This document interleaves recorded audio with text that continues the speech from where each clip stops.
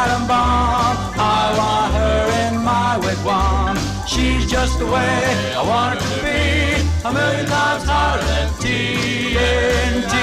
Baby, little atom bomb.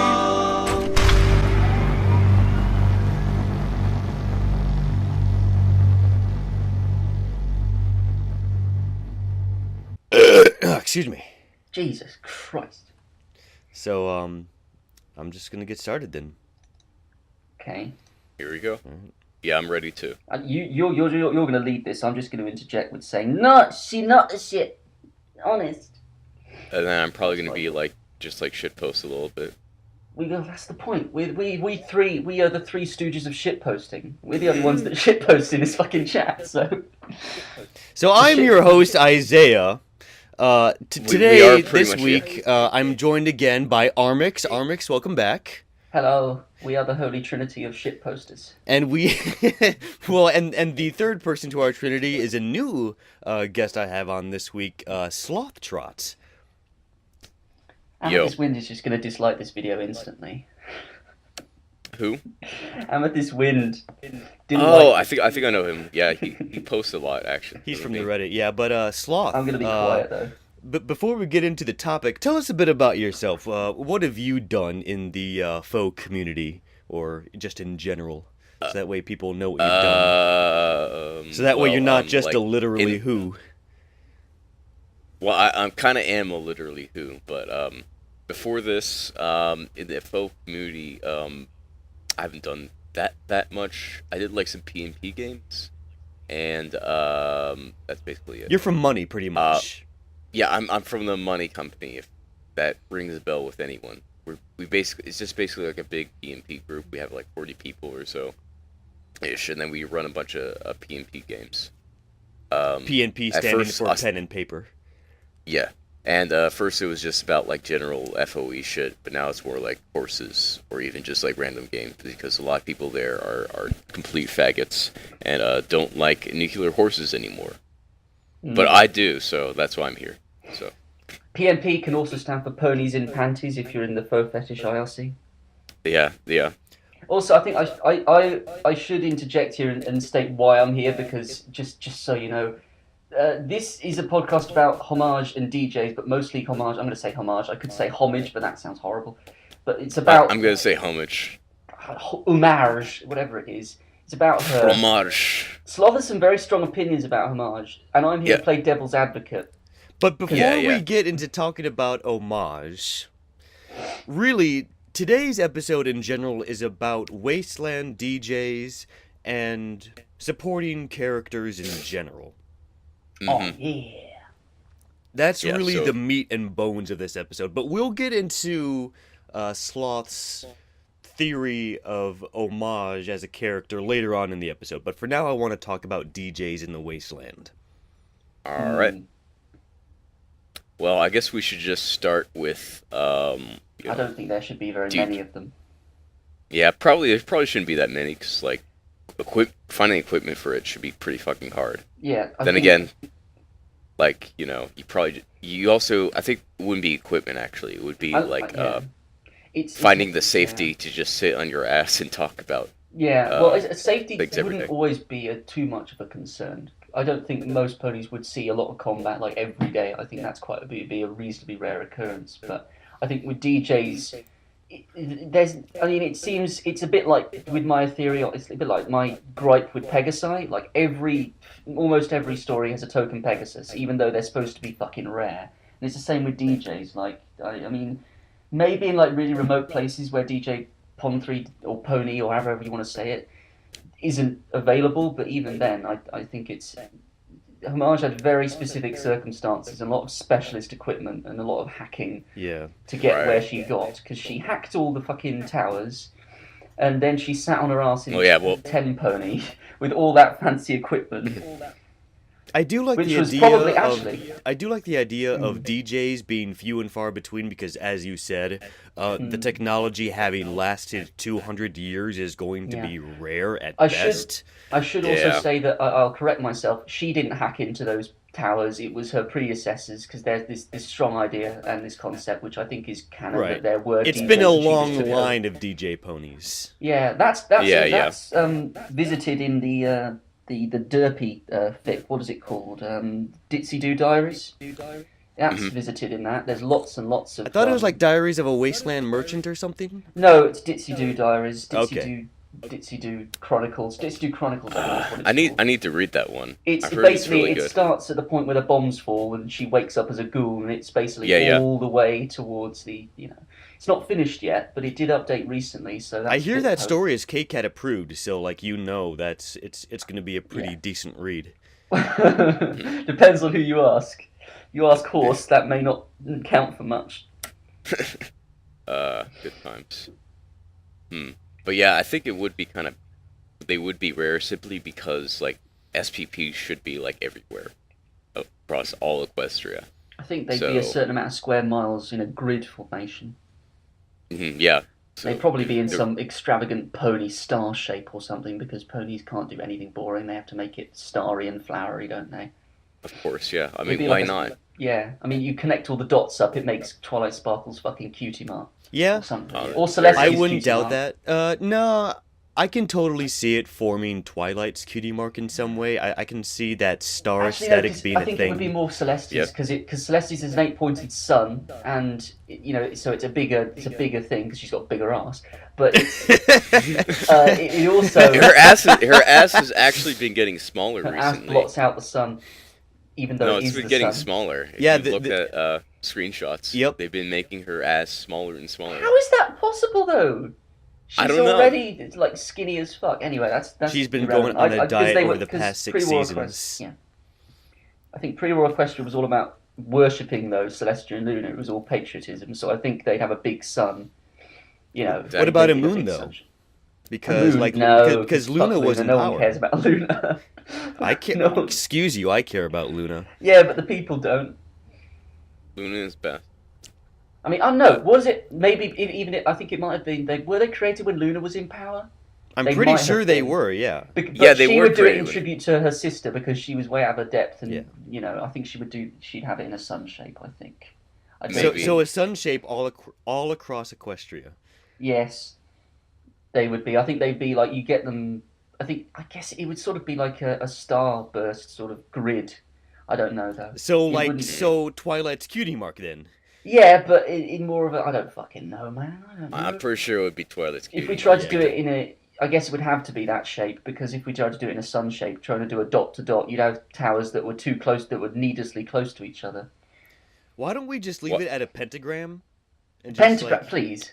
Actually, it would probably be Rainbow. This isn't Project Horizons. We don't need fucking. It would be Rainbow Dash's cutie mark, wouldn't it be? No, because she made it.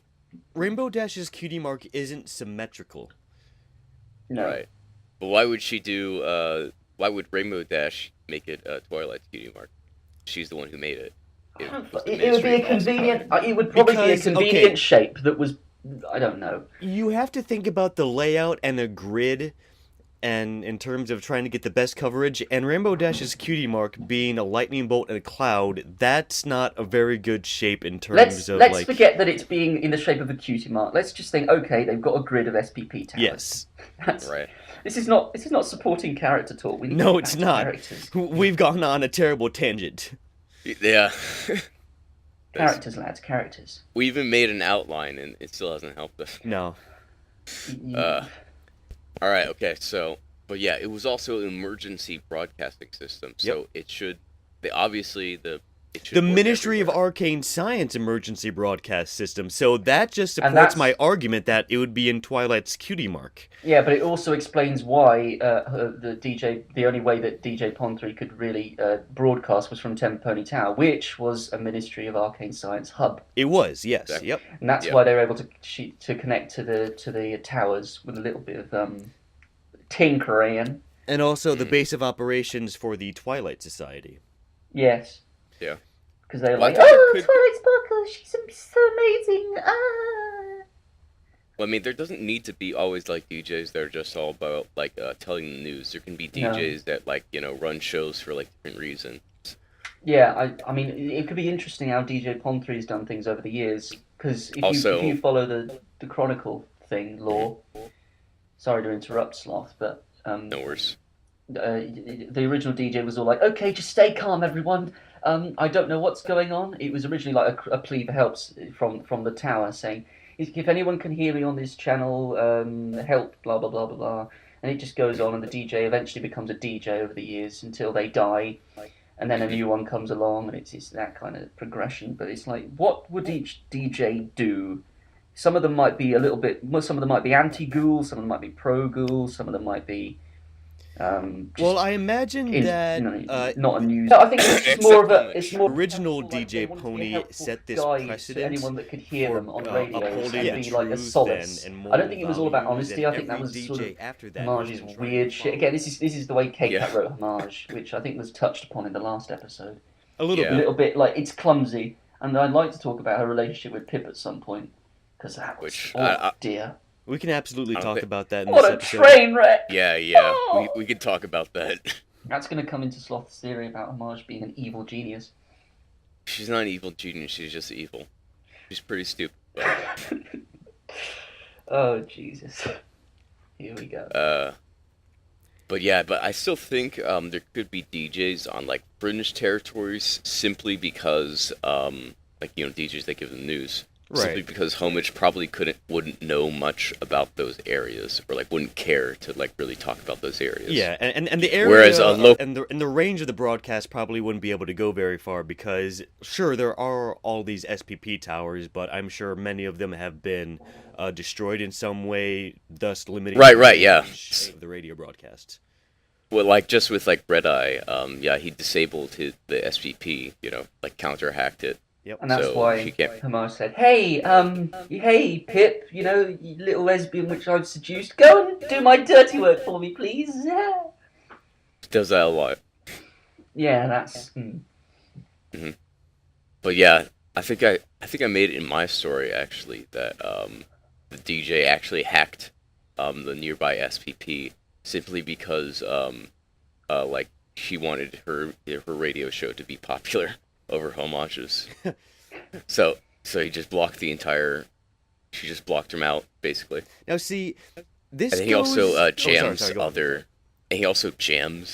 radio shows. So he has no competition. Yeah. This sort of goes into something that I wish was in Fallout 4, because in the base game you have the radio host Travis, who is just an amazing personality, and I love him. But also, with the introduction of the Nuka World DLC, you have Raider Radio, being hosted by Andrew WK, no less. Raid, Yeah, EO. not Red Eye. And personally, I would have loved it if if Bethesda had introduced this sort of rivalry between Travis and Raider Radio, where like they would go back and forth arguing and talking to each other over the because radio. Travis would get completely destroyed. He would just wet himself and cry. But no, the interaction then- between them could have been so what about hilarious. Oh, and then it would make the interaction after you do Confidence Man even better. Oh yeah, that might be a good thing. Like now before he's getting that could add another element. Yeah. Yeah. But now he's like a total like fuck boy. He's like Shaq McThundercock. And, Travis like, he's is gonna be, like, much arguing with better him. as a fuckboy. In my Exactly. opinion. Yeah, TBH. But I think if there was that element of them interacting, him, becoming Chad McThundercock would be better. Because it'd be kind of fun, like him just arguing with him. Right. And like before, he was getting blown the fuck out by not Red Eye, but then later on, he's like making Red Eye look like a cuck. That could be cool. He's The like, poll is strong with this one. He's just like Navy SEAL posting over the radio. Like, Exactly. what are you talking about, Red Eye? I have 600 confirmed kills on raiders across the Commonwealth. I will wipe you the fuck out with precision that's never been seen before. Mark my fucking words. Sloth, take the cock out of your mouth, for Jesus Christ. You took too long, man. I'm like eating fucking breakfast. And I'm drinking coffee, so...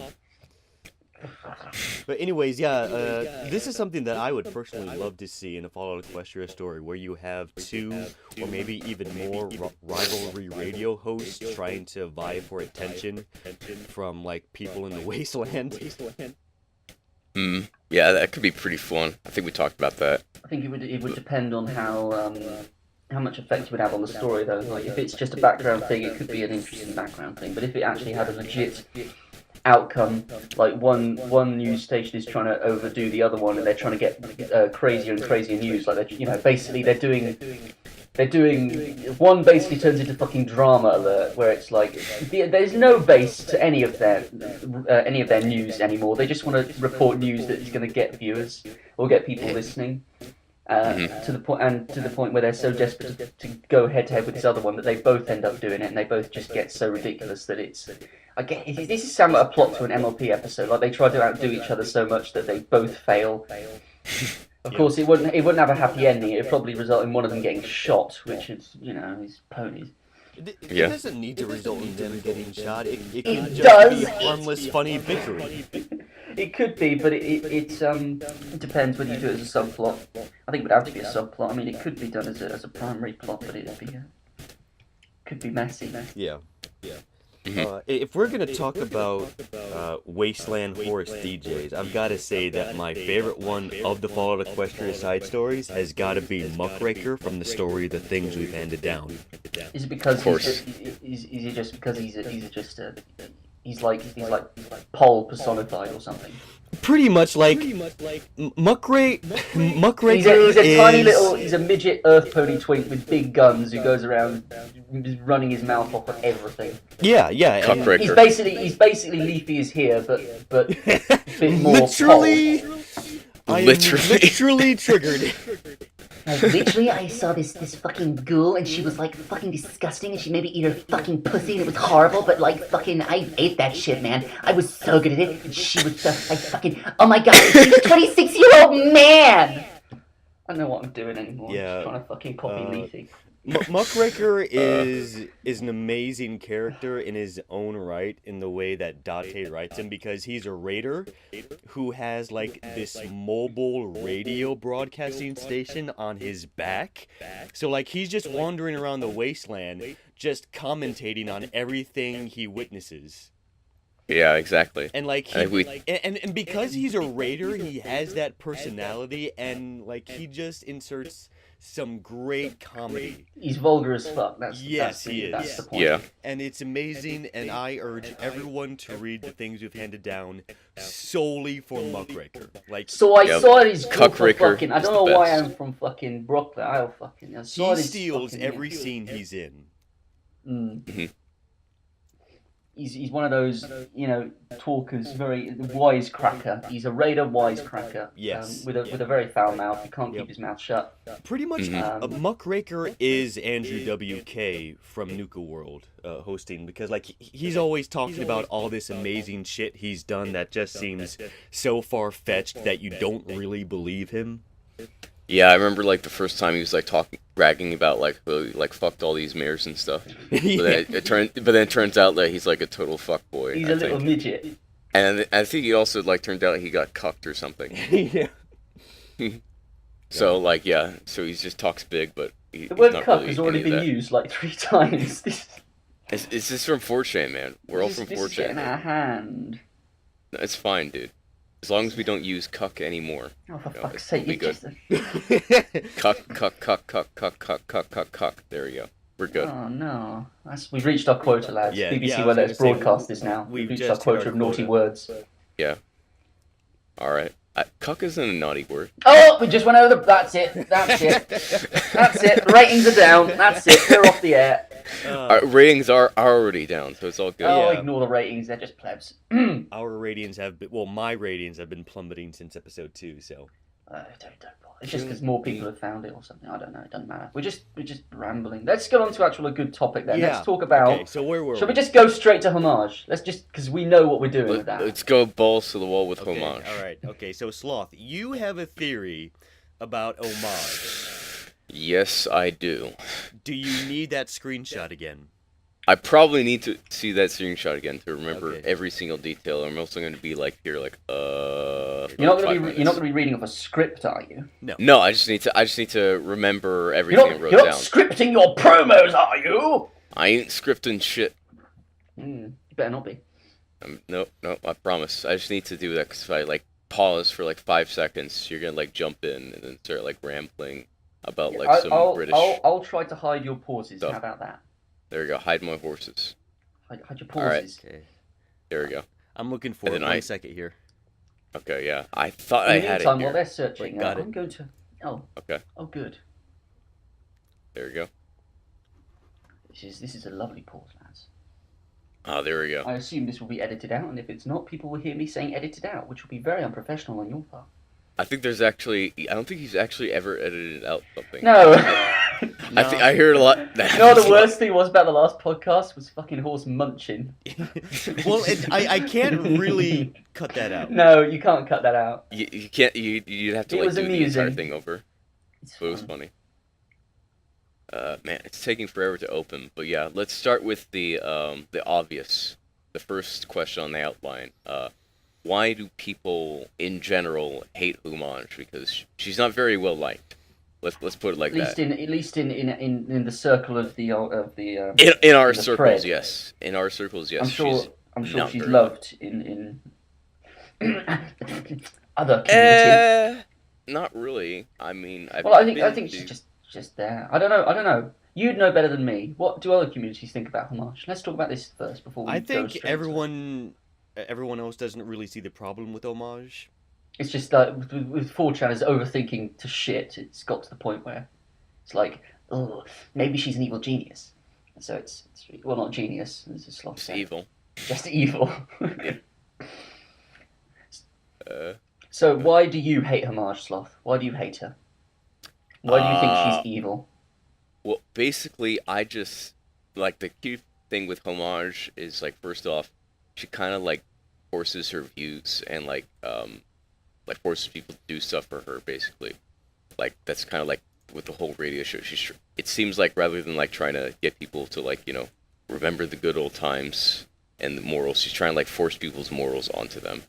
And also because she's like a lying shit, and then tries to claim that sometimes being honest is knowing when not to be. That is a really stupid line, and I think that is like the a lot of this. I think with that's some convoluted logic, yeah. Yeah, that's like fucking like non-Euclidean geometry logic right there. It's fucking insane.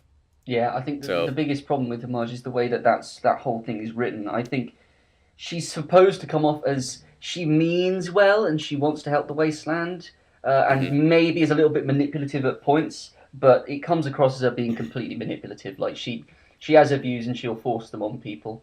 Or at least she'll use basically, if you're in a position of radio power, especially if you come from the Wasteland, you don't really understand the concept of propaganda.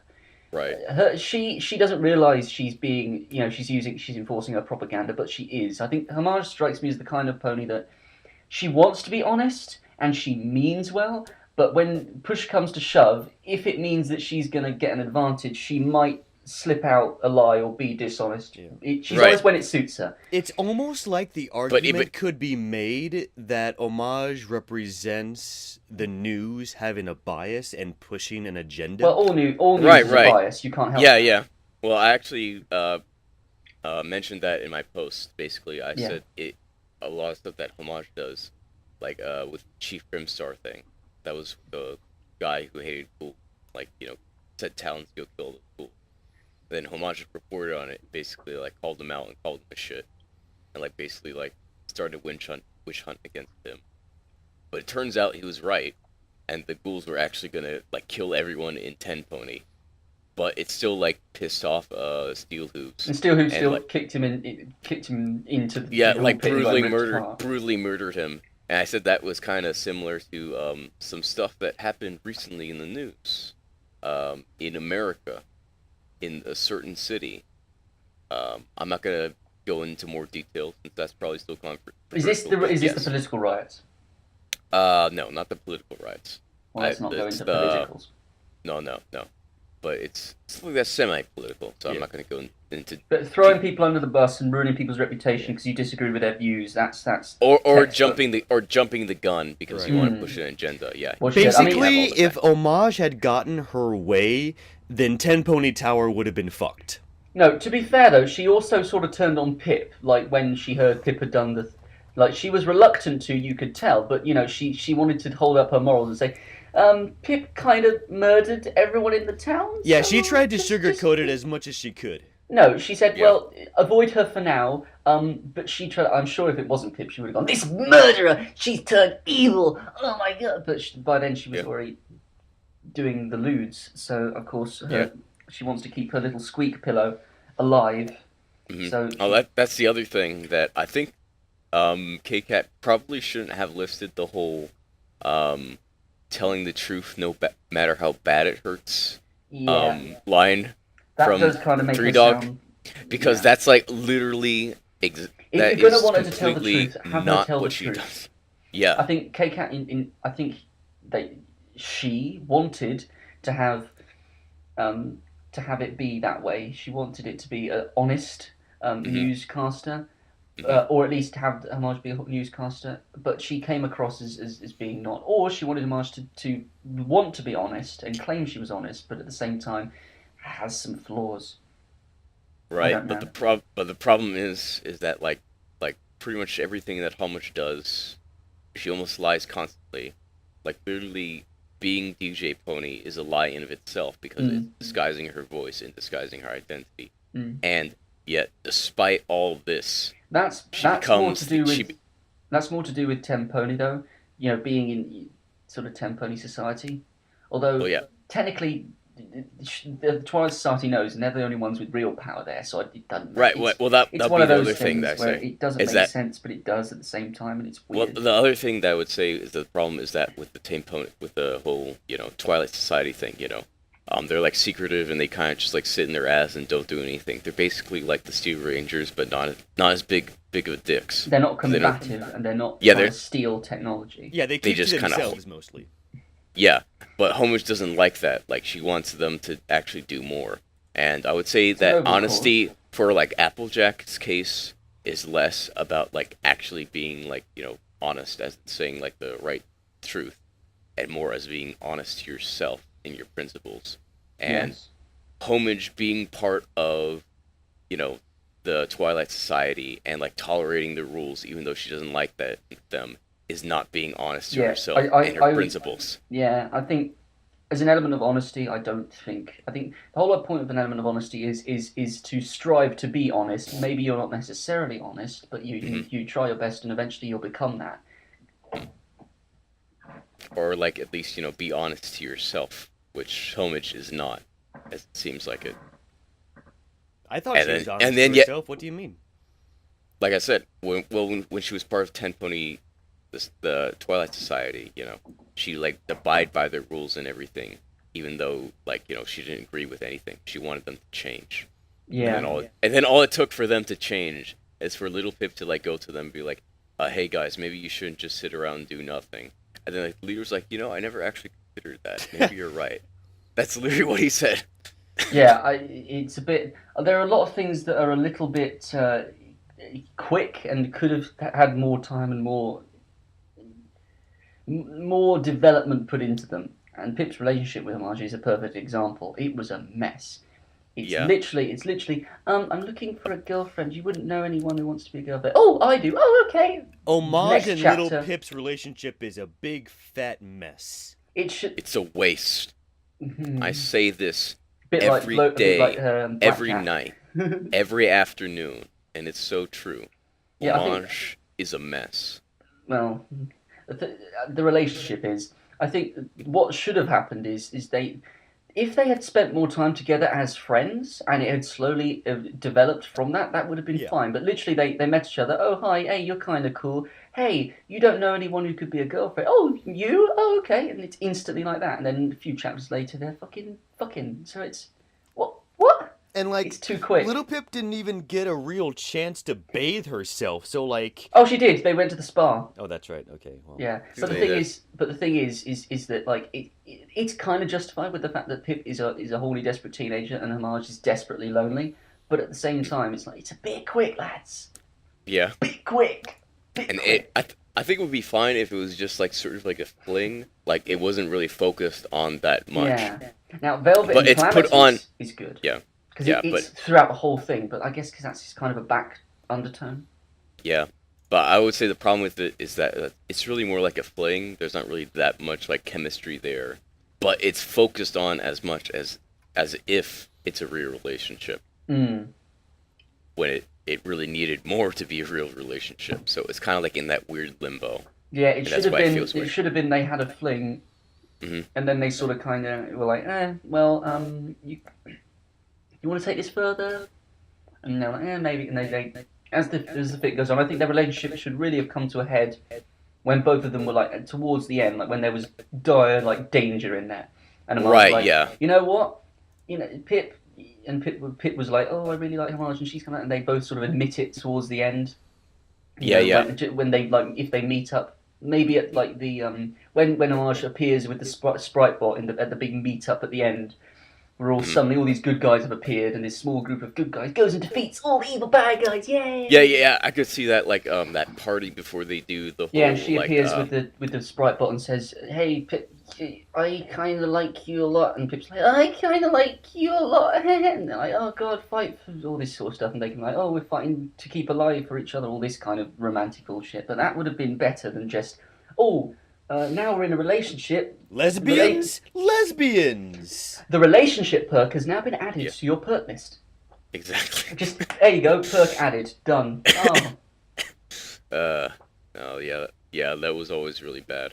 And then I think the 20.5 chapter tried to remedy this a little bit. All it did was just detail their fucking sex scene. The fact that Pip. Is very, very sensitive in more ways than one, but let's not go into that. Jesus Christ.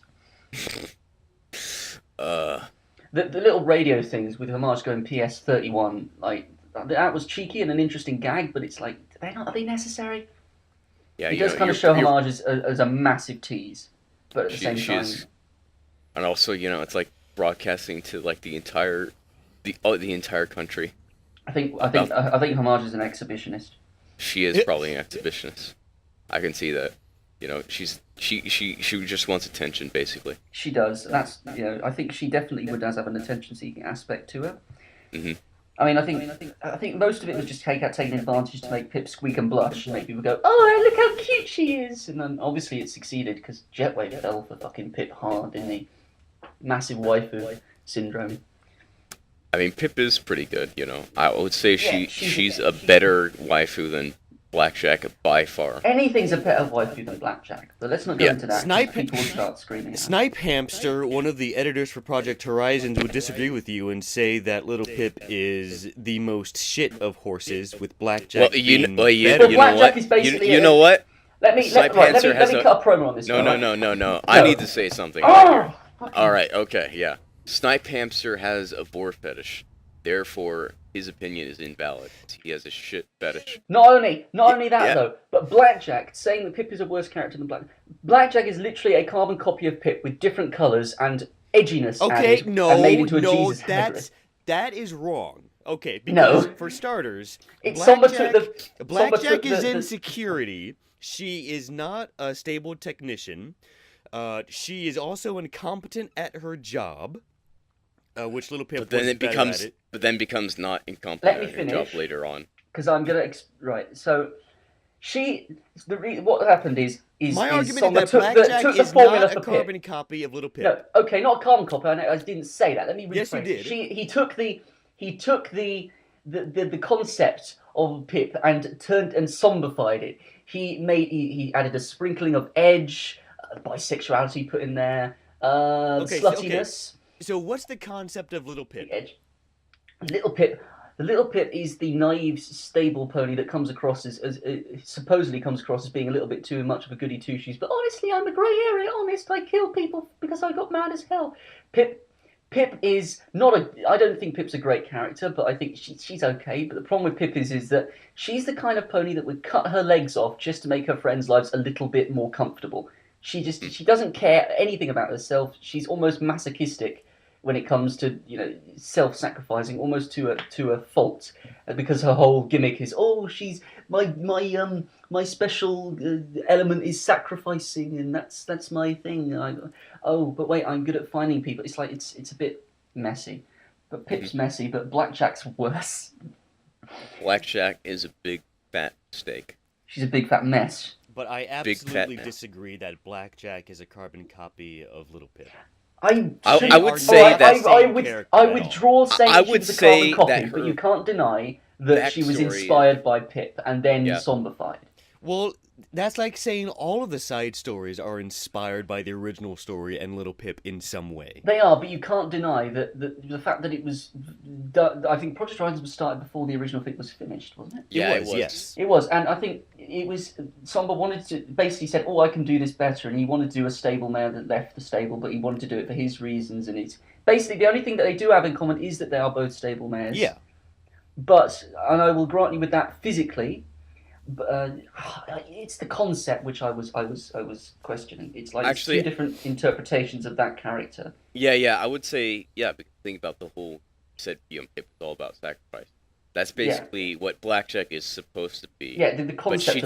But she doesn't sacrifice really for anyone or anything. Yes, because like they're both stable unicorns that left their stable because of some quest. The reasons of which are the details, but the details are completely different. But the element of what they are is very similar, except the two authors took them on completely different paths. One of which was K-Cat's thing, and the other of which was Jesus allegory. I don't even know how to put what Project Horizons was into words. To be quite honest, the only words that can be for it is Jesus allegory. That's I think that's just Blackjack though. It sounds more like you're saying Jesus Alicorn rather than Jesus Allegory. Well, I mean, it's perfectly accurate. It should be Jesus Alicorn. Yeah. Jesus Alicorn's better. There we go. Let's do that. Oh, Jesus. That is not what I meant to say at all, but okay. It's just fucking rolling. Anyway.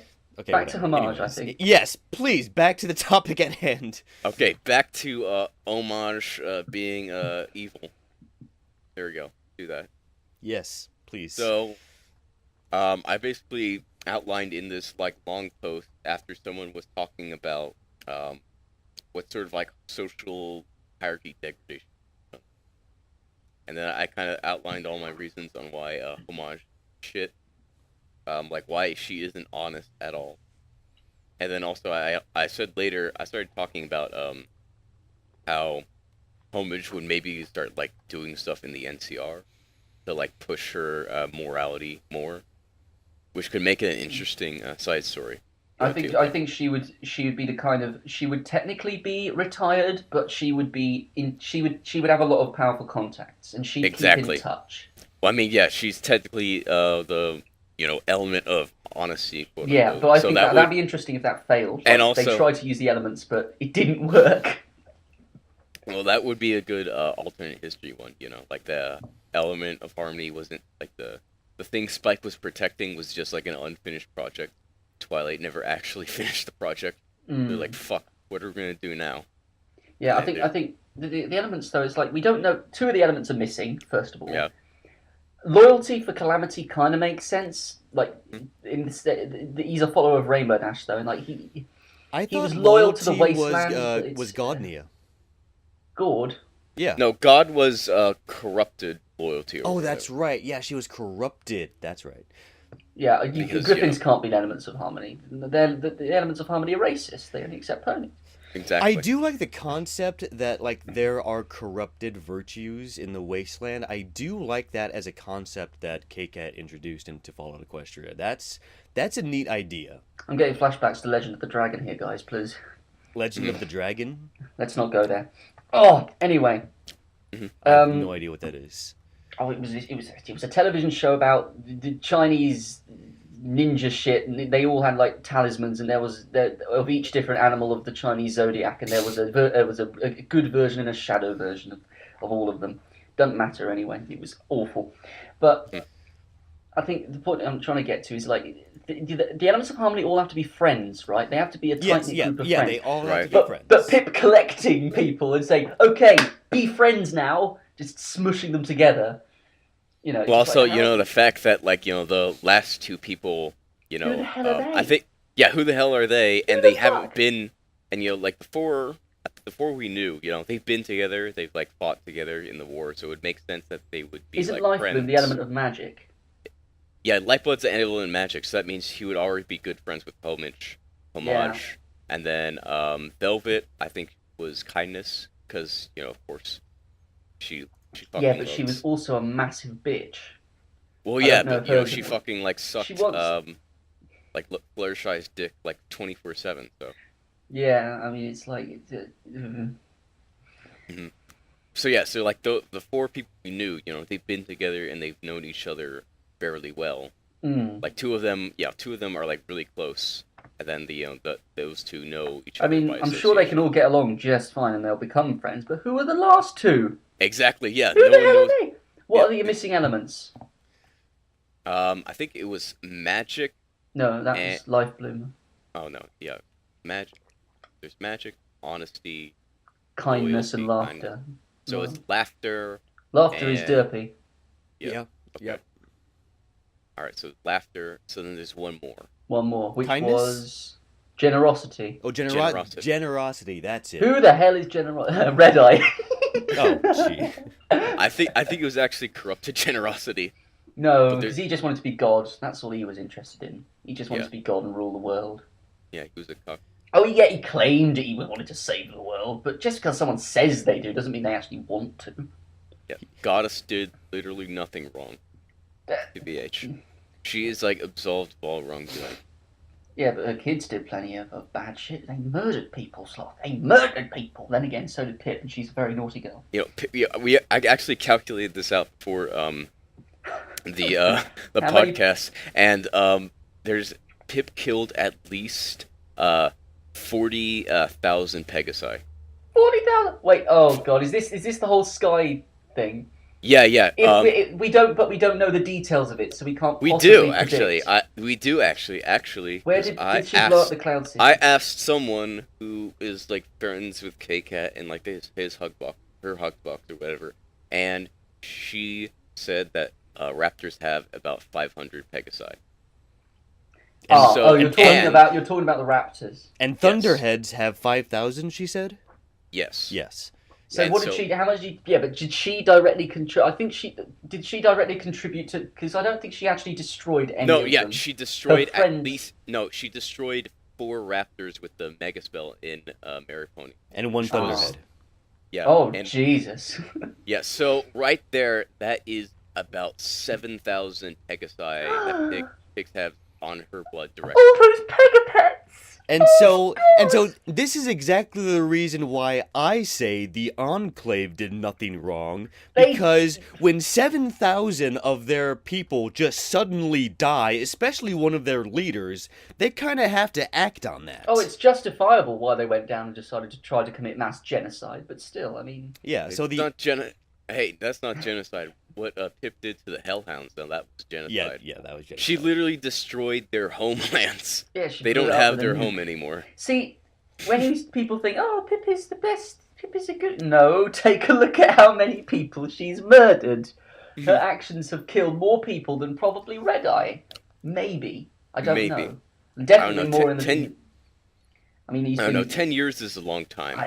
Probably. Okay, maybe not. I mean, maybe not. He's probably killed but definitely more. The one that has the least blood. The one that has the least blood on their hand is definitely the Goddess. She probably has I mean, the Alicorns were responsible for quite a bit of fucking destruction. I mean, they just basically protected themselves. That's it. Yeah, they never really. Well, aside from the few crazy ones that Pip comes into. Yeah, but even those weren't directly influenced by the Goddess. That was them losing influence from the Goddess and reverting back to their pony selves. Right. Yeah, because we heard about that. K-Cat said the Alicorn, the first Alicorn Pip met, was like a former raider, Yep. and like she was kind of really far out. So it was in Old Appaloosa, so she started losing. Far her out, influence. man. Where is Mary Pony on our map? Because if she was, Nobody Mary Pony- knows. is it far north? No. I know where Mary Pony is. Where? Splendid. It's in Splendid Valley, and it said Splendid Valley is like near Ponyville. But So- wasn't she? New Appaloosa is pretty close to Ponyville. Oh, Old Appaloosa. No, is- they were in Old Appaloosa, which I mean, I guess. You know. It's closer to Ponyville than the ones in. Like Old The Appaloosa, geographical layout is all over the place, and I know, you're just but gonna on hurt the yourself current map trying to that we've figure got, it out. It's closer to fucking Philadelphia is farther away than Old Appaloosa. I know. Yeah. Well, what I think is, well, then I guess the other thing would be there would be alicorns that would have the green alicorns with telepathy. Like there would be alicorns that are like really loyal to the goddess. I don't know. That would it's be just trying to make that would up be for out the there, fact that there and they'd is be kind of like, you know, like they would extend her routing. You know, anyone that are around the telepathy alicorns would help control the other ones. Yeah, I think Splendid Valley is on the other side of is like on the west side of the Everfree Forest. Yeah, I think It's so. between Ponyville and New Appaloosa anyway. Right. Maybe it was the forest blocking it out, but then that still wouldn't explain why the alicorns in fucking Red Eye's place, fucking Philadelphia, didn't explain why they were so loyal. Because It's a they were mystery. within range of Maybe- the goddess. But they were they were further out of the range than Old Appaloosa. Were they? It depends. Look at them. Right, let's forget it about that. Forget it. We'll look at the map. like The I map- said, the map means nothing. Does. There It was means no nothing. geographical layout in the original story. If you try to apply That it makes to me any sad. map we have now, it's not going to work. So don't try thinking about it too much. I know. We need K-Cat to make us a map. No, we K-Cat, don't. please help. Because Yes, we do. Because the geographical layout is fucked as it is. I Yeah, want a it map. is like completely fucked. I want a map. Mm. I demand Well, a map. We can't do one that will be accurate to FOE as is written. Yeah. Just totally fucked. Yeah. We're trying, damn it. We're trying. It's not gonna work. Anyway, Ugh. so how do you think the NCR will like work then? Like, do you think it'll be a failure? Will it be good? Will it like somehow be perfect? Like No, it won't be. The NCR It'll is be a not going to failure. be perfect, but it is What will going happen? to work. No, in the long run maybe, but the problem is it's going to be essentially similar to the NCR in New Vegas. It's going to stretch itself too thin. It's going to have to start resorting to sketchy things to stay around. It's going to start off with good intentions, but slowly but surely it's Well, just I mean, gonna it already degrade and started start with rotting. sketchy things, I know, but it's going to start rotting. but it very already quickly. kind of started with a sketchy thing because it I already know. has the Arbu prison. Yeah, Arbu Prison? Yeah, that was mentioned in the epilogue. Well, Nobody Star Wars remembers Flying Rock. this. Sloth Nobody actually had to remind me about this. But yes, there is a prison. Think about this. There's a prison What is it with over K-Cat? this. Yeah, there's a Why? prison built on the site of a fucking massacre. Oh, that's That's lovely. like building like that would be like the U.S. built like Indian reservation on the site of Wounded Knee, and then made all their Indians move there. Well, to be honest, that they probably would because it's a site of mourning. Anyway, but it's like it's putting a prison. I don't know, but it's just it's like putting a prison on where Alcatraz used to be. No, Alcatraz, fucking Auschwitz. There we go. Yeah. Both the same thing anyway. Edgy, right? Al the Edge. But yeah, that's silly. That's really silly.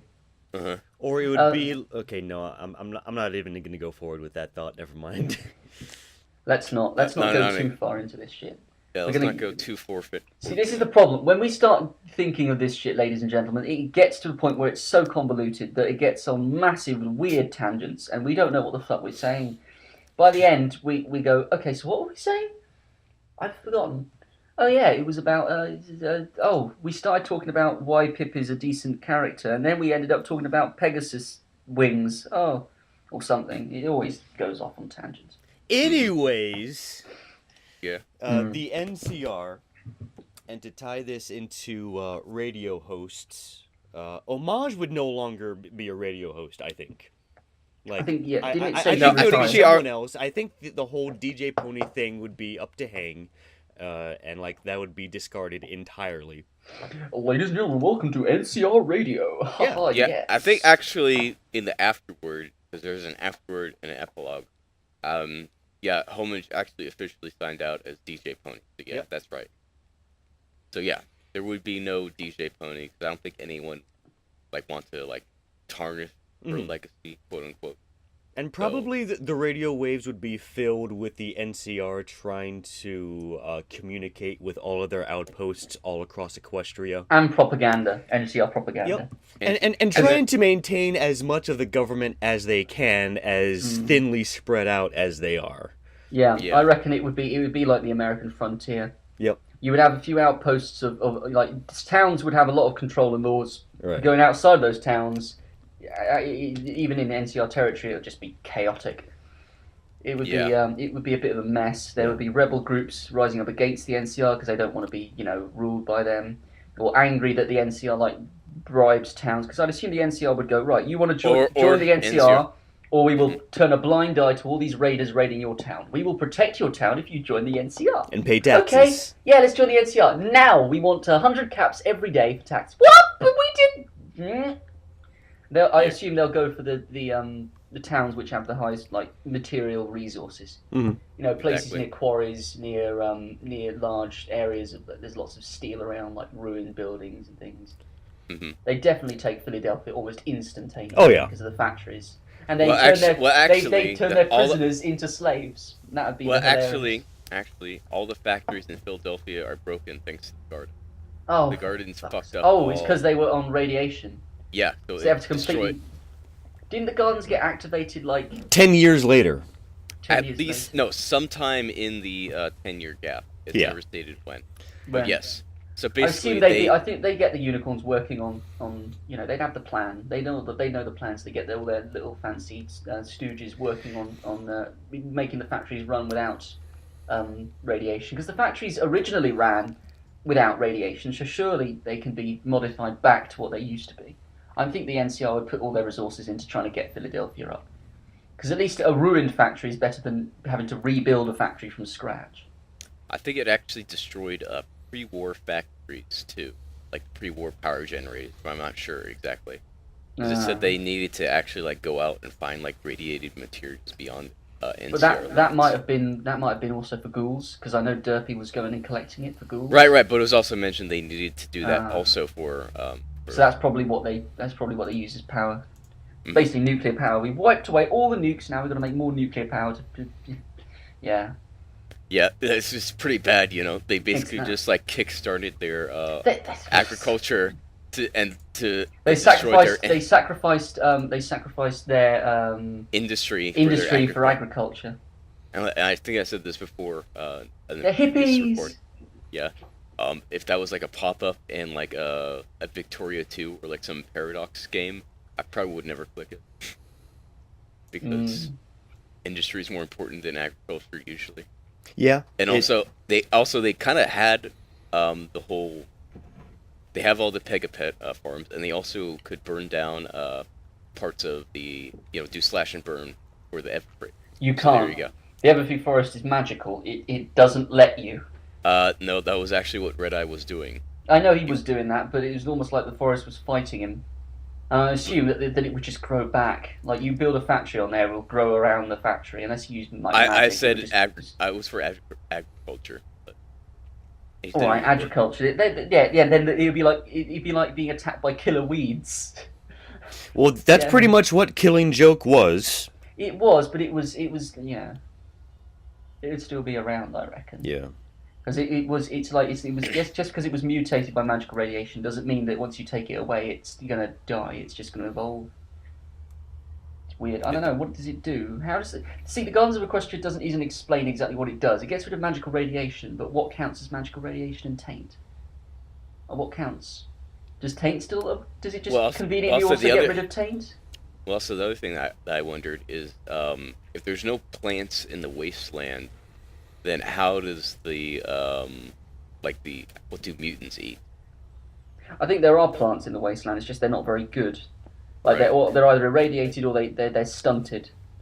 Like in Fallout, like it's difficult to get agriculture going.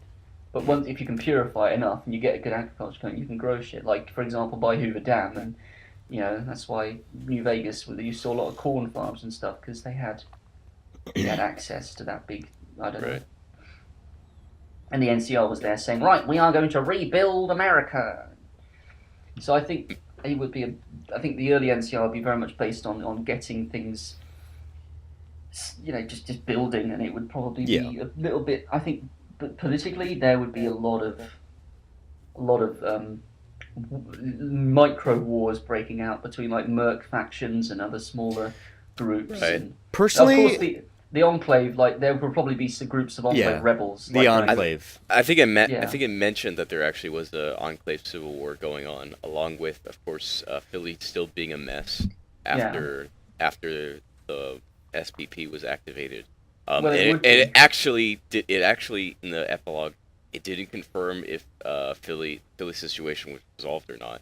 Probably not. I think it would probably be wars between different bands of slaves and ex-slavers. So it's still possible that 10 years later, like Philly is still like a terrible, horrible war zone. Yeah, it's like Merc is now trapped.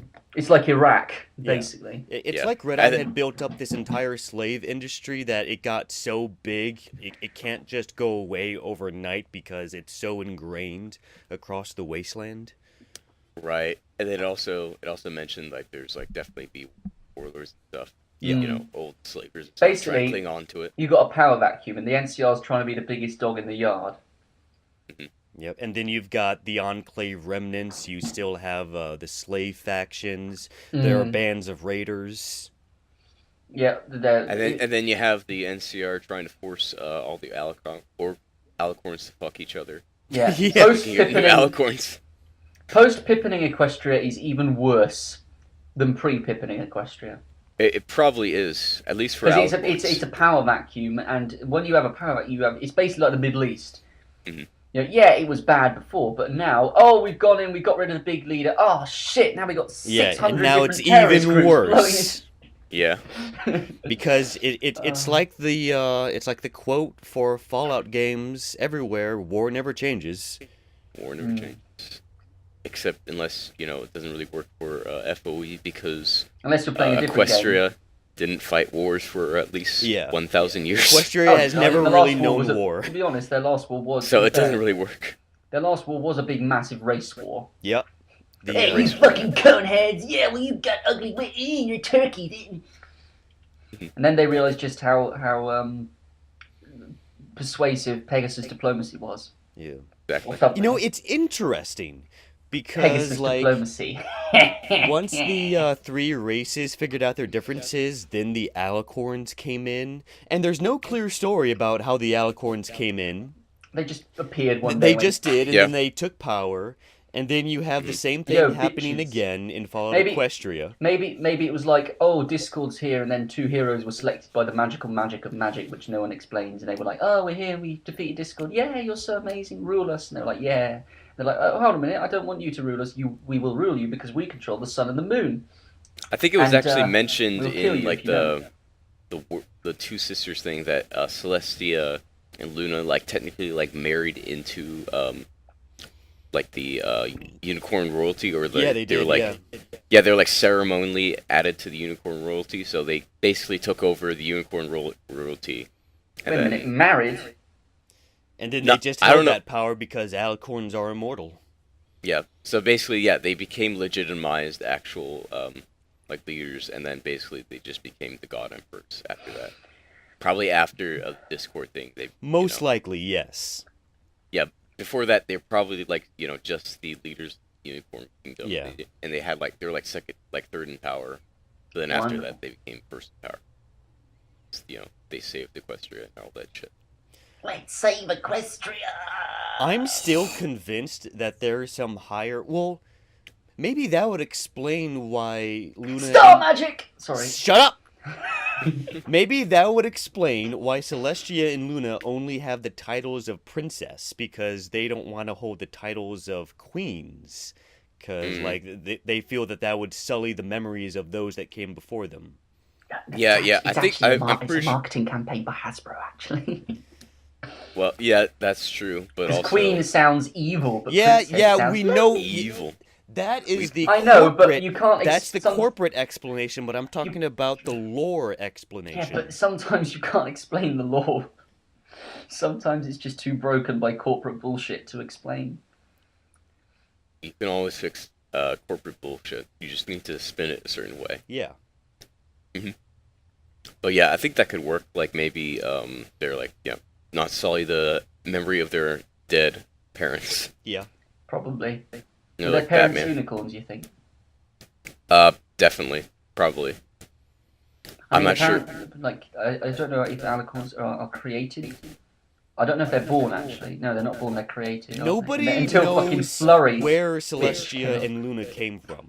They No. Yeah. just showed up one day. They were anointed. And that in the season 6 premiere just made it even fucking worse. Yeah. Oh, Because God. they just said Fire Equestria, toys! Sorry. Equestria hasn't seen a birth of a alicorn, which just being like, wait, were you not alicorns? Or like, were you not born in Equestria? Fucking So- Flurry Heart, god damn it.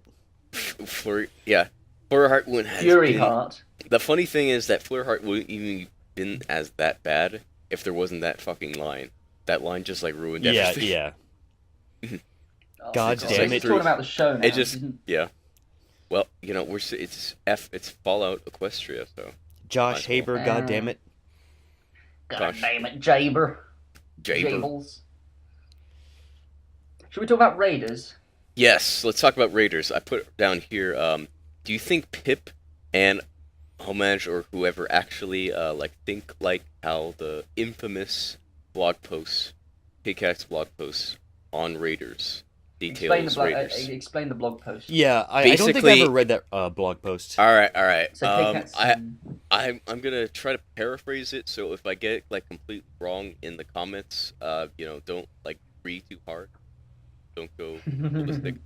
But basically, it basically said that like Raiders, they have no culture, they have no community. Bullshit. They basically can't feel any positive emotion. Oh, bullshit. They can't feel love. They can't feel compassion, and all they want is like death and cats. I'm Fallout calling 3 bullshit Raiders. on all of that. I mean, you touched on that Most with horse, people, didn't you? most people in our neck of the woods, think that do not agree with that. They think that's complete bullshit. I But think every yeah. other author, pretty much, except for Somber, who thinks it was a fucking disease that did it. Oh, zombie What- virus. Oh. Well, actually, Somber admitted the only reason why he did the whole disease thing was just so he could have Blackjack kill people without feeling bad about it. That's such a shit reason. That's the same It- reason. That's the it's same reason K-Cat did that blog post. I know, yeah, it's He was fucking too terrible. lazy to have the guilt of killing raiders. Mhm. Why? That's an excellent Or, not storytelling not tool. even- Why would you sacrifice that? I know, and not only that, but I brought this example up before, but the example of Daff and Blood, who basically break Yeah. all of those rules, Exactly. and they're called raiders. Oh and no, in they're the not. They're not. original They're not raiders. They're just they're named raiders. So they're it's like fuck off. story. Go They're away. raiders, And they there's love nothing- each other, but it's Yeah. a secret because they can't be all soppy in public. Exactly, yeah. They really, there was definitely clear compassion and camaraderie, at least between them two. So Yeah. that breaks everything about the entire blog post right there. And I think KCAT said, "Oh, it's just my own opinion." So, but Yeah. Raiders should but yeah, but do you definitely have think personality. Homage? Yeah, but do you think Homage and Pip actually think like that? They do, yeah. Pip probably does from her experience. I don't know about Homage. She's probably a bit more world-wise, but I don't think Homage really gives a shit. I don't think she does. She probably didn't learn anything from her. What? Oh, that reminds me. Joke Blue. Oh Did my Homage? Yes. What happened to Joke Blue? She died. Yeah, but did Homage do it? Now, why would Homage kill Joke Blue? I outlined What would that this serve? before. I outlined this before because there can only be one DJ Pony, and I would think that Joke Blue maybe would have been the better DJ Pony. So I remember I was writing a story about this, and it would basically be that the whole like baby explosion happened, but Joke Blue survived the explosion, but Homage like knew and said, and then just left to die. I disagree. I have something which also helps with something that's actually in the story. Why is so that star gun, right? Well, Right. whatever the fuck that blaster is, the alien blaster she has. Right. The Star Blaster. They found that it could have been that they found this weapon. They didn't know what the hell it was, and they got into a fight. And because Homage is terrible at aiming, because she says so, but she also states that the gun has a bloodlust. It wants to kill for some reason. It's got a homing whatever on it. And maybe the gun latched onto Joke Blue, and it killed her, which is why she doesn't like using the gun. And she only really uses it when she's got Pip as her lover now, or something. It could explain why she's so scared. She blew it up, actually. She did blow it up, yeah, and she even went so far as to blow the damn thing up because she hated it. So I think maybe there was an accident when they found this gun, and she accidentally killed Joke Blue with it, and she tried to cover it up and hide the fact because she was guilty. And and if something, and she was so, she didn't want to admit it to herself that she'd accidentally killed Joke Blue, even to herself. So she hid it. She'd made up this story.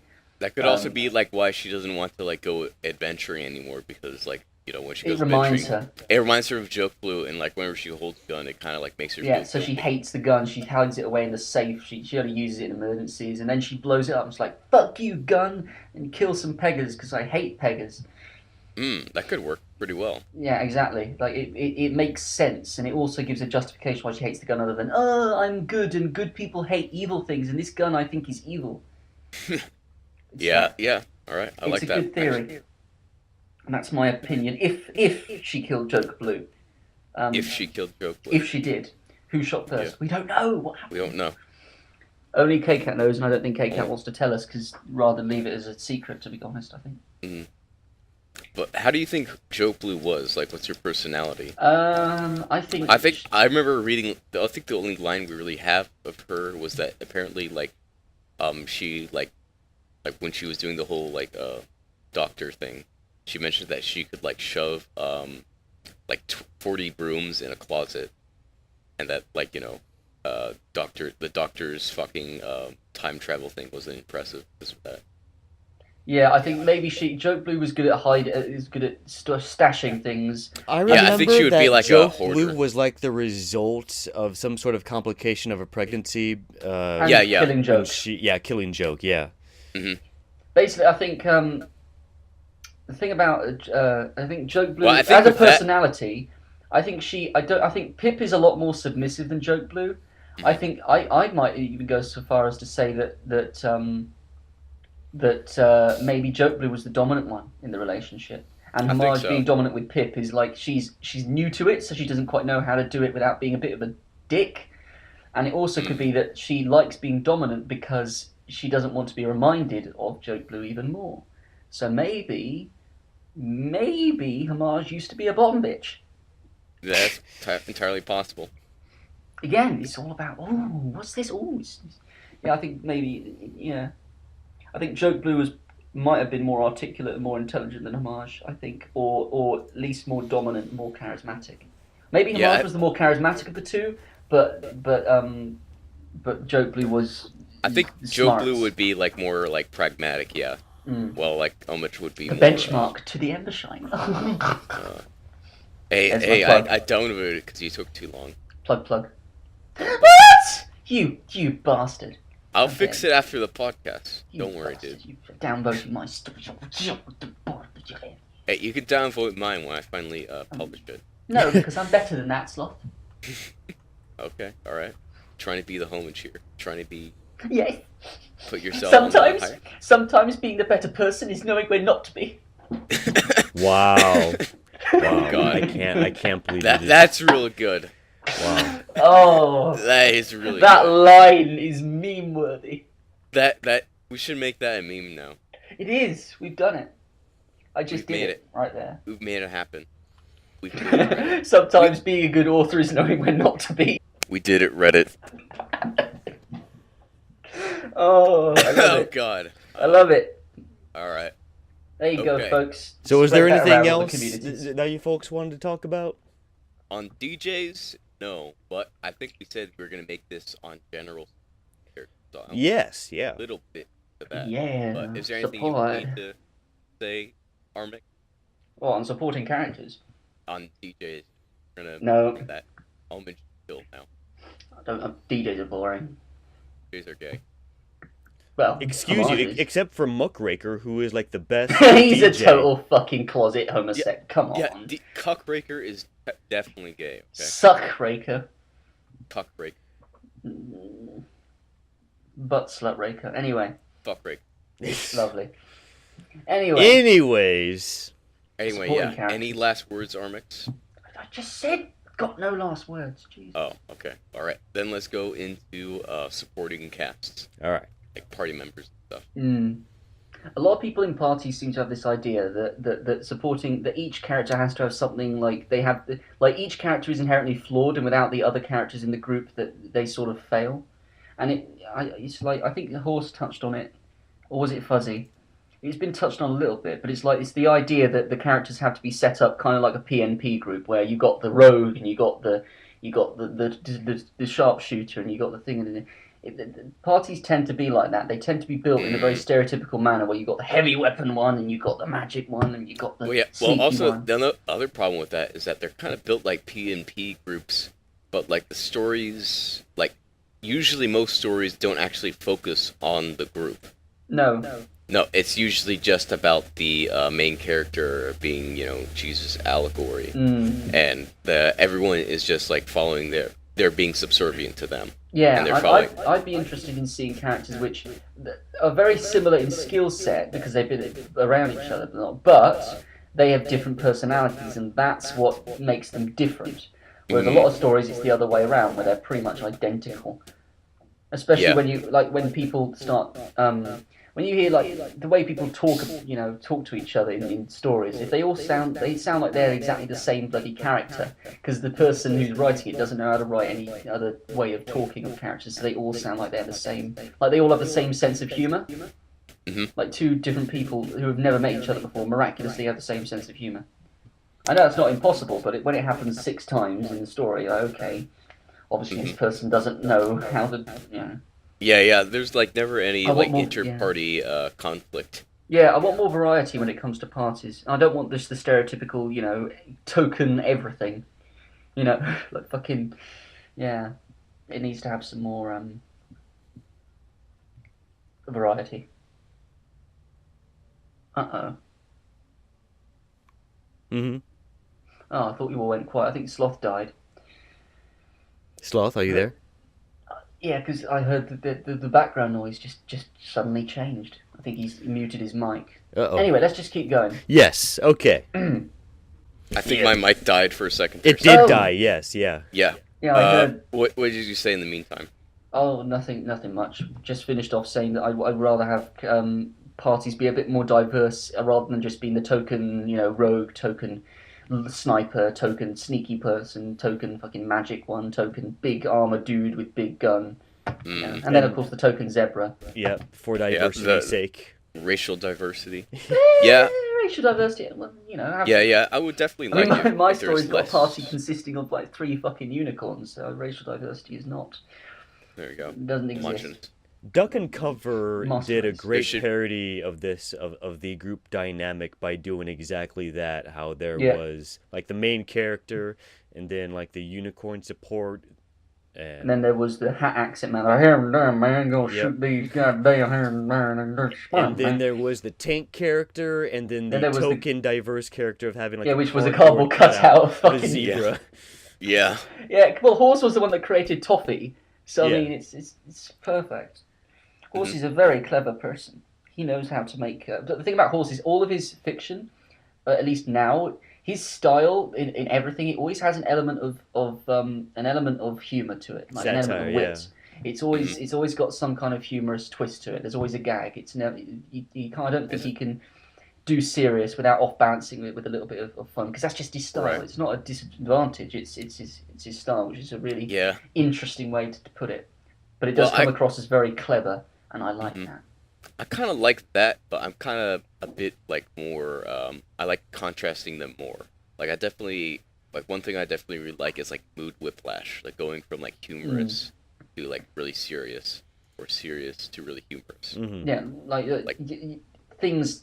Yeah, I mean there will be arguments, and there will also be differences in emotion at times. You know, because a lot of people make a character. This character is always in a good mood because that's their gimmick, and this one's always grumpy. You know, it's like. I meant more like in tone, like story tone.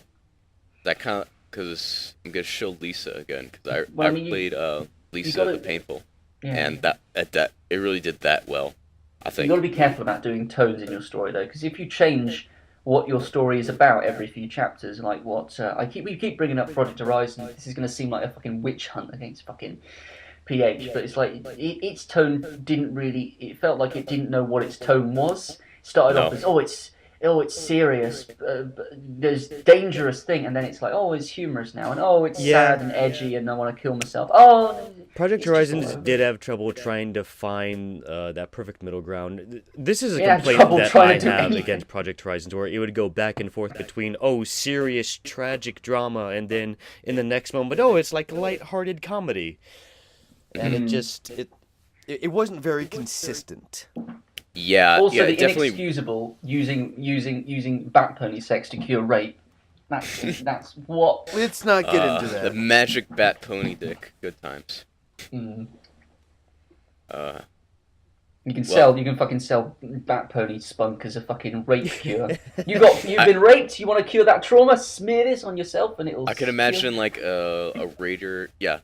Remember the thread post about like the crazy raider guy who on radio would sell stuff? No. God, name. No, I don't remember I can't this. remember it. No, but it was something in the thread. But yeah, it was like Crazy Dave's like raider. It would be like a raider who would sell stuff. Raider Apothecary? Yeah. Crazy Dave's Raider Apothecary. We got bat pony coming, all sorts here, lad. And turkey basters. Oh god, no. Oh god. Velvet bought one of those. Oh Jesus. For those who don't get that, it would be I think there was a post about... It's a joke about Velvet not having... Velvet wanting to impregnate... I think it's like the joke is either Velvet can't have kids or something. And right, she's trying because... to use Pip as a surrogate mother. Yeah, because like in the epilogue, she's like 40. And, yeah. Like, there's no kid. She doesn't seem to have a kid. Menopause.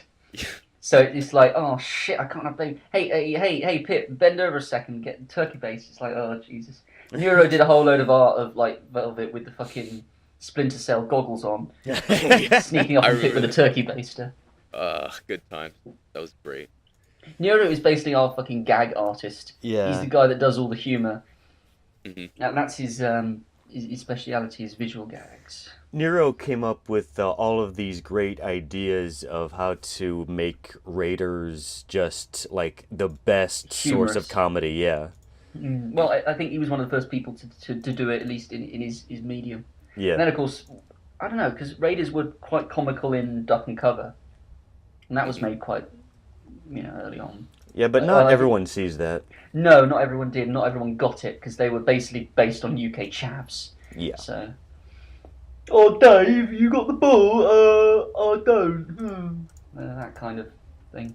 Oh, guys, check out this Skype chat real quick. I'm about to link something.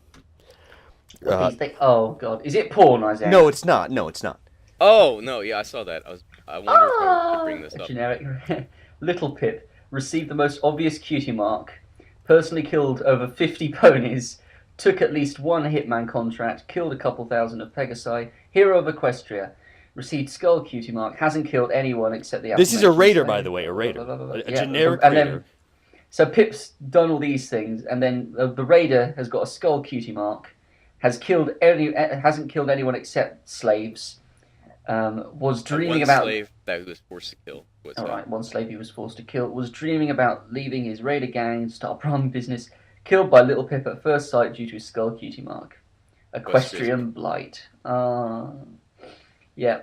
It is and true. see, and this is going back to what you guys are talking about. Do Little Pip and Homage actually see Raiders that way? To which I do think they think that way, because Little Pip doesn't really, she think that, well, actually, okay, So this isn't the first time that we've done this podcast. This is the second time because the first time it didn't work out so well. But Sloth, you brought up something interesting the first time where you think that the story of Fallout Equestria, as we read it, was edited by Homage to push an agenda.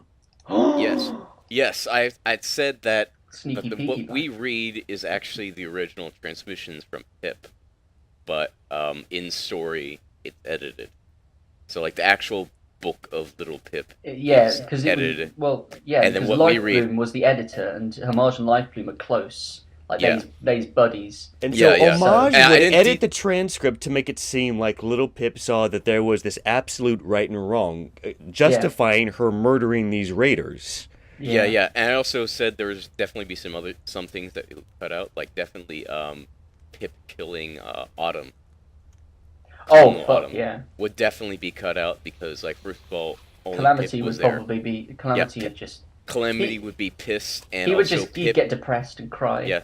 Yeah, and also Pip, like, couldn't fucking man up and admit it to Calamity. So I'm pretty sure she wouldn't object if Homage cut it out. I think she'd actually because Pip's a bit of a masochist. She'd probably want it to be in the story. Yeah, but then I think Homage would. There. Yeah, but then I think Homage would like try to say like Probably. we got the whole Enclave Civil War. We can't have you like saying you killed. Lifebloom, is that transcript finished? Oh, yes, it is, Homage. Would you like to have a look? Yes, I would like to have a look. Do you mind if I print it and finish it? Pip is my girlfriend, after all. I'd be an honour. Oh, really, Homage? That'd be great of you. I'm really tired. Oh, yes. Yeah, Takes it's it away, interesting. prints it, yeah. It's interesting that only Homage was receiving the transmissions from Little Pip to transcribe her 600,000-word apology letter to the Enclave. Actually, no. What her transmission was is she recorded her memories, and then Lifebloom went through the memories and then wrote down as a transcript. Okay, well, that's either what way, happened. these aren't the direct words from Little Pip. They're going through two mediums. Exactly. Yeah, in the final book, what like Sloth's idea was is that we are hearing the exact transcript, whereas Homage is editing. No. I believe that what we read is the transcribed. Then why would it leave version. in fucking? Is that why all the things are weird? Yeah. Is that when we making excuses for K-Cat's bad writing in there? There you go. Is that it? It's just Homage's fault. Fucking blame the blue-haired bitch. Yeah, Homage can't fucking write. She's terrible. This Does she is even have going blue into hair? like high levels of fan theory territory. Well, This is fucking like we are the this is holy like, tryst of shit posters. This is what we do. This is next level autism. Fucking. Good time. What else are we gonna? Pegapets? Should we? No. No. I wanted to No talk memery. about No memery. we did plenty of memes, okay? Fuck off. Whatever. Example, opinions are good. I think we've said everything on the list. I think. No, except inter-party conflict. We did sort of touch on that. A little. How bit, would but they not go that. about it? What would they like? Oh, you stole my fucking Well, nice what can of do you beans. mean by inter-party conflict? Well, like, shit. I gotta bring up Project Horizon again. Oh no! No. Oh no! We're done for. We should do like a drinking game where every time we have to bring up Project Horizon, for example, we have to take a drink. We should do a podcast like that. We'd be fucking dead probably by the end of the podcast. But anyways, No, yes. In Project Horizon, there's like multiple occasions where basically like BJ is like passed out or something, and she overhears their party talking, and they're basically saying like, why are we following Blackjack? We hate her, and we have no reason to follow her, and then they don't do anything about it. Yeah. So or like party members having different agendas, because like I outlined this in the Skype group before about my experience in a certain PNP campaign that went really south really fast. It was like a pre-war PNP campaign, and it basically ended with all the characters like splitting up and trying to murder each other. Wow. It was terrible. I want to just mention because you mentioned Blackjack being unconscious or like asleep or something. Like I think that the whole the trope of characters being knocked out so for a change of scene, like, and then I got knocked out and then I woke up in this next scene, like, being that's knocked very... out repeatedly. Every time you get knocked out, that's a concussion. Mm-hmm. Multiple concussions equals fucking brain damage, equivalent to Alzheimer's. Maybe that's why Blackjack was so shit, is because she kept getting knocked out. Yeah, I'm pretty sure it's confirmed that Blackjack does have brain damage. Yeah. Well, that's... She must be... that's just part of a Misery Sue bit, though. Oh, yeah, she's also got brain damage and depression and suicidal thoughts, and she was raped. Oh, click off all the Misery Sue things off the list. Oh, she also has cancer, but it doesn't really matter. Oh, it doesn't matter. She dies and is brought back to life like 3 times. Mm-hmm. Because of shenanigans. That was awful. We need to do a podcast on Project Horizons. No, it's going to be very. It's going to be the most controversial fucking thing ever. It's already controversial. I know it is, but if we did one, we'd get to settle our grievances. But of course, it'd be absolute cancer, and it would divide the community, and that's not what we're trying to do. It would also probably be like 5 hours long because... Probably. I mean, we'd have to do... I want it to be a group cast. We just all screaming about fucking... Yeah, just like 10 people just screaming about how we hate Project... Yeah, we hate Project. I hate it! It's horrible! Oh! For like 5 hours straight. Or maybe God. like 8 hours straight, and then like during like the middle of the night. I can imagine it. It would be terrible. It would be horrible. Anyways. But it would... Yeah.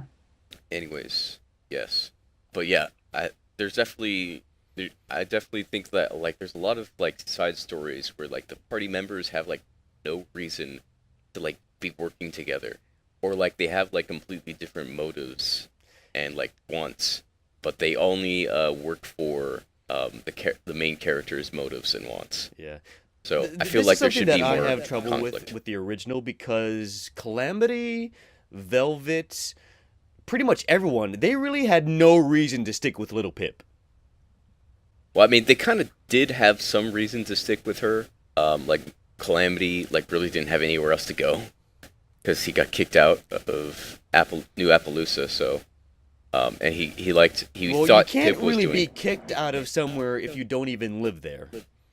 Well, I mean, he sort of lived there. He got food from there and stuff. Pip got kicked out, I think. It wasn't necessarily Calamity. Yeah, little Pip was the one that got kicked out. She got banned, and he was like, well, if Little Pip's not being allowed in, then I'm not going either. Because I'm a stubborn fucking tucket, and I don't give a shit. Yeah, Calamity was like, I never really liked New Appaloosa anyway, because they dealt with slave traders. Which begs the question, why did he even bother in the first place? Well, but because there were some good people there. Yeah, like Derpy. Like Doipy. Doipy. Oh, no, it was actually Ditzy. No, it's Derpy. It's Derpy. Her only name is Derpy. Not Muffins, not Ditzy, only Derpy. But it was Ditzy in the story. I don't care. It's Derpy. Okay. Her Muffins name is Derpy. Just as bad. Okay. Muffins, because what's short for muffins? Muff. Oh dear. Oh dear, oh dear. MILF. No, Jesus Milfins. God, no. MILFins. She's definitely not a MILF. Definitely not. No, She's a like, fucking zombie. Not unless you're Derpy Kale. is a mom, so yeah, she is a MILF. She's a, Well, we don't. she's a That's surrogate. that's not been confirmed. No, like no, she's an adopted mother to the Silver Bell. Oh yeah. Yeah, so she is a MILF. She's not a biological mother because I'm pretty sure that's impossible now. But What about Dinky, though? Dinkers, I Dead. think she was a little sister. I don't think she was even ever mentioned. Everyone pretty much comes to the conclusion that Dinky Hooves is Derpy's daughter. Yeah, but that doesn't necessarily mean it's canon. It's Well, I mean, I'm pretty it's sure fan Silver canon, Bell. which is just as good. Look, What are you, Follow Equestria came around 2011. So of course, and also Silver Bell was Dinky's surrogate child.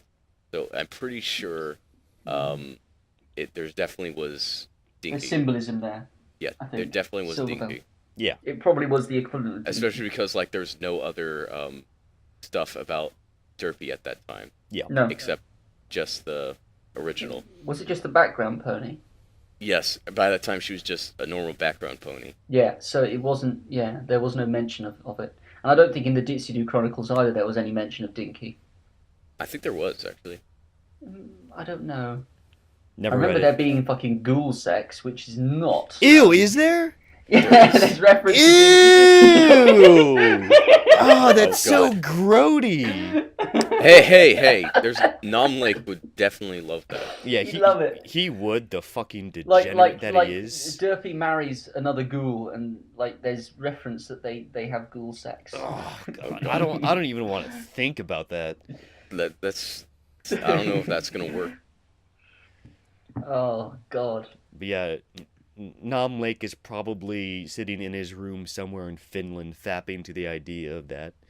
Probably. Finnish people are so weird. That is incredibly racist. Don't be mean to the Finnish. Are you familiar at all with the comic Scandinavia and the World? No. Okay, well, the artist of that comic lives in Denmark, and basically, The Danish. she personifies all of the countries as like the stereotypical person from that country. And for Finland's, they're just like bitter all the time, and like they're always stabby, and they have knives on them, so they can stab people whenever they. Oh, get the Finnish annoyed. puukko. Yeah. They carry that as part of tradition. Yeah, That's probably exactly. just. But it's not as if they're always stabby. It's just that the Danish, it's from a Danish point of view. It's like the British looking at America going, well, look at all those Americans. They've always got guns and always shooting each other, not like in here, our civilized country. We ban guns, they're nasty. It's like us thinking all Americans eat cheeseburgers and go crazy with guns. Exactly. Which they do, but, you know, it's still a stereotype. we do. There's my cheeseburger, my yard, that's all I care about. Well, no, what we care about, at least in Tejas, is barbecue. Beans and barbecue. There you go. There we go. And also shooting hogs, because hogs are cancer. Fucking pig murderer. Anyway, To get back on topic, Is that are we done? Because I'm pretty sure we've said a lot of things. that's everything. Probably. That's everything This on was the outline. This is probably the rambliest podcast we've had. I don't think it's because it's a triple threat. I think it's because it's a Oh baby, a triple. Yeah, I think it's because it's so rambly. I think it's because we have me and you, and we're both pretty rambly. Oh yes, it's the Holy Trinity. Holy Trinity of cancer. Of cancer, exactly. This whole thing is just one massive shitpost. This is the shitpost episode, ladies and gentlemen. If you like that, then this is it. Yeah, we should we shouldn't do it on DJs. We just put it just shitpost. Yeah, just shitposting about DJs. Just have it Homage and DJs / side characters and general shitposting. There you go. There we That'd go. be a long title. That wouldn't be. Actually, I don't think that would. Don't read That's all a that very- question until you watch this. You know, clickbait It's a very title. long, rambly title. Has to be. Well, this is a long and rambly video. Let's have a look at how long it's been doing for. Oh, It's only- look! About an hour and a 1.5 hour. We should probably wrap it up here anyway. That's So not as bad as this horses one, which was like 3 hours. You know what would be really fun? Fuzzy's has been the longest. Oh Jesus! Yeah, it was, wasn't it? Fuzzy's like 5 hours? You know No, what? it was like close to 3.5 hours or so. You should Wow. you should do a dual cast with Fuzzy and Horse and get them talking about like. God.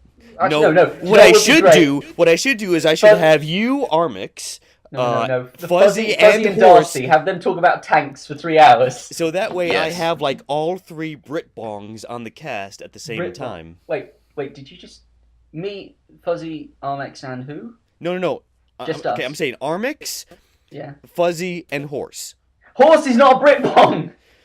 Horse is Irish. You don't call the Irish British, Isaiah. What are you doing? You'll get a nail bomb in your post. No, I'm using Brit bong as a derogatory slur to describe everyone that lives in the British Isles. The British Isles, yes. It's called the Islanders, right?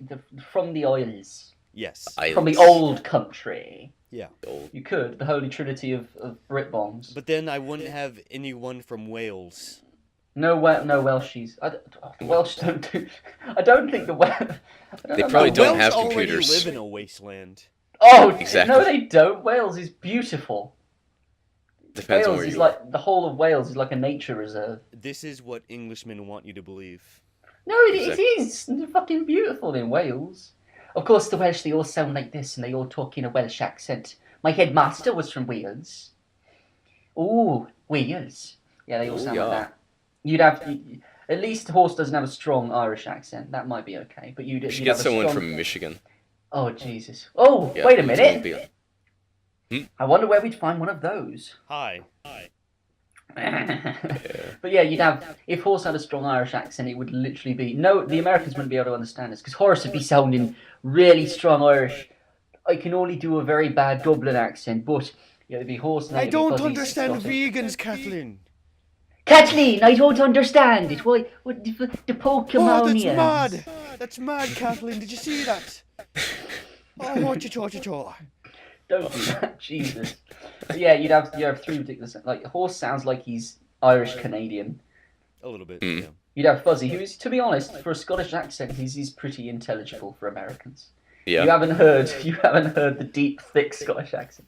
Yeah, Fuzzy's Scottish tangent. accent was not as strong as I thought it would Like, be. because it's posh Scottish people sound like Englishmen. Like, you can't just, like, Gordon Ramsay, he's Scottish, but he's so posh, he sounds English.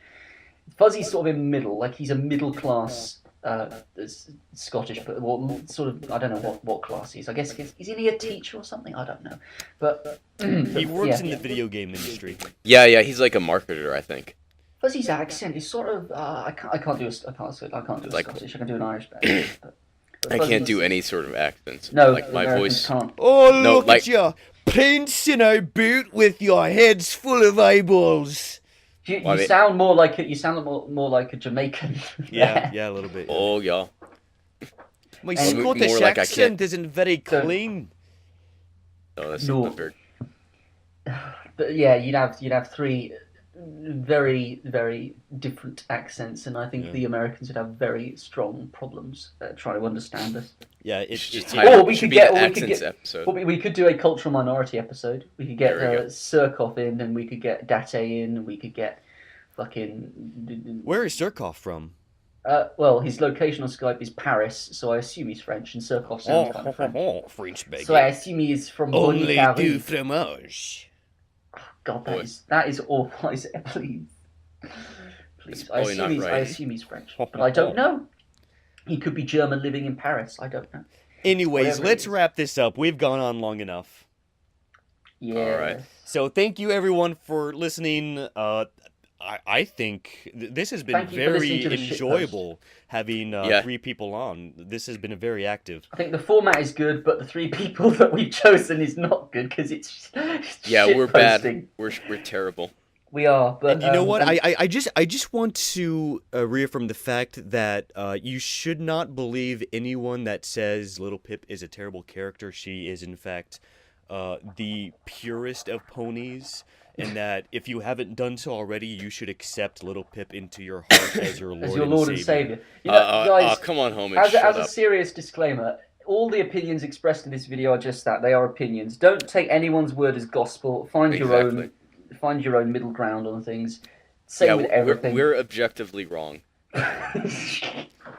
We're just shit posting, guys. Don't take it serious. Yeah, it's just a prank. Oh Jesus, that's an old meme. Little Jesus. Pip is the ultimate Lightbringer, ladies and gentlemen. Don't let anyone say otherwise. Anyways, surprised good night, you didn't- everyone. Thank you for joining us, and I will see you all hopefully next week.